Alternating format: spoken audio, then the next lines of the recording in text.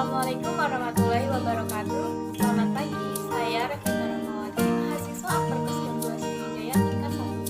Di sini saya akan menjelaskan beberapa materi yang diujikan pada ujian OSCE kemarin, yaitu penyuntikan atau injeksi, sterilisasi alat, dan pemakaian APD. Pertama, injeksi. Apa sih itu injeksi? Injeksi adalah suatu tindakan memasukkan sebuah obat ke dalam jaringan kulit dengan menggunakan alat suntik.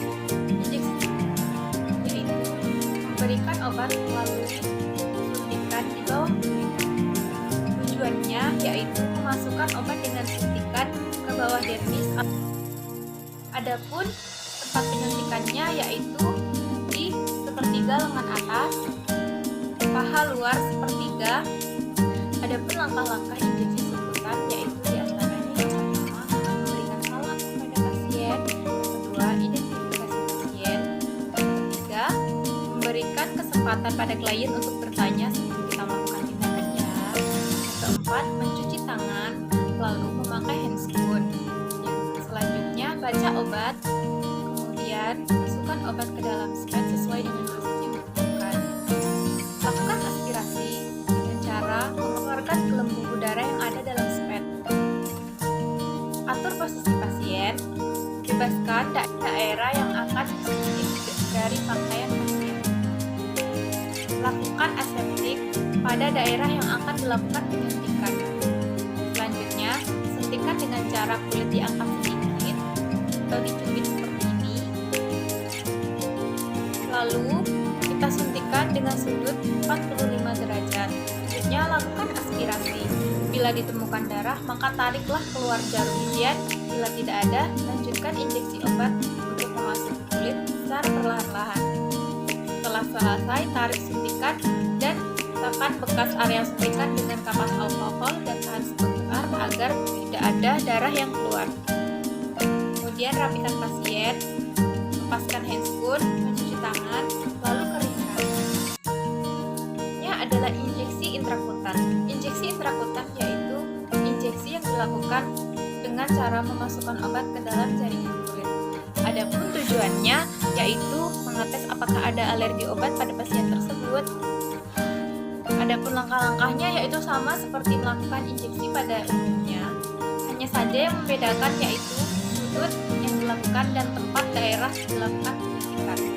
Penyuntikan intrakutan hanya dilakukan pada sepertiga lengan bagian bawah dengan sudut 15 derajat. Setelah dilakukan penyuntikan obat sebanyak 0,1 ml sampai ada gelembung di bagian area yang disuntik. Selanjutnya, tarik jarum suntik, bekas tusukan, dan tekan dengan kapas alkohol.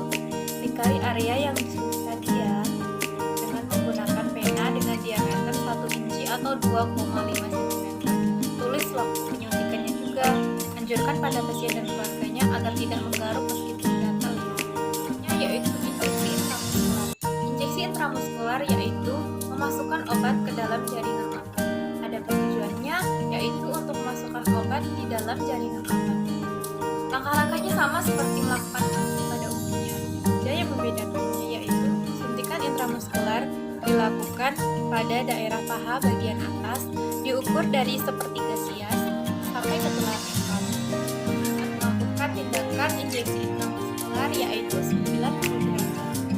Langkah-langkahnya sama seperti melakukan injeksi pada umumnya. Langkah-langkah memakai APD atau alat pelindung diri. Apa sih tujuan memakai alat pelindung diri itu? Ada tujuannya yaitu untuk melindungi tenaga medis dari penyakit infeksius. Apalagi di masa COVID-19 ini sangat rawan sekali penularan. Maka dari itu, APD sangat diperlukan bagi tenaga medis. Langkahnya yang pertama yaitu lepaskan semua aksesoris yang ada. Lakukan prosedur hand rubbing atau melakukan cuci tangan 6 langkah. Selanjutnya pakai gaun pelindung menutupi badan hingga ke leher, hingga ke lutut, lengan, hingga pergelangan tangan. Pasang sepatu boot. Selanjutnya, setelah gaun dan sepatu boot terpasang, ulangi hand rubbing. Pasang masker bedah. Eratkan tali pada bagian tengah dan leher. Pastikan logam fleksibel pada masker terpasang erat tepat pada hidung. Pasang kacamata Google. Pasang topi pelindung. Pasang sarung tangan bersih atau handscoon. Dan pakailah sesuai dengan ukuran tangan agar tidak mengganggu saat melakukan tindakan.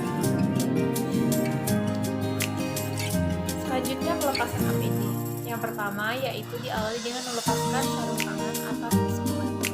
Kemudian melepaskan gaun, lepaskan topi pelindung, kacamata atau Google, lepaskan masker dan buang ke tempat sampah infeksius, bukan ke tempat sampah organik ya.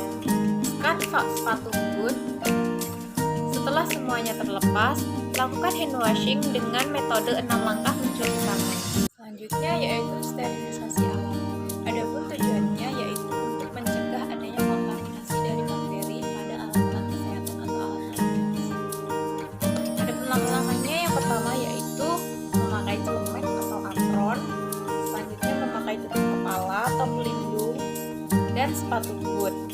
Mencuci tangan 6 langkah, memakai handscoon, kemudian rendam semua peralatan medis yang kotor,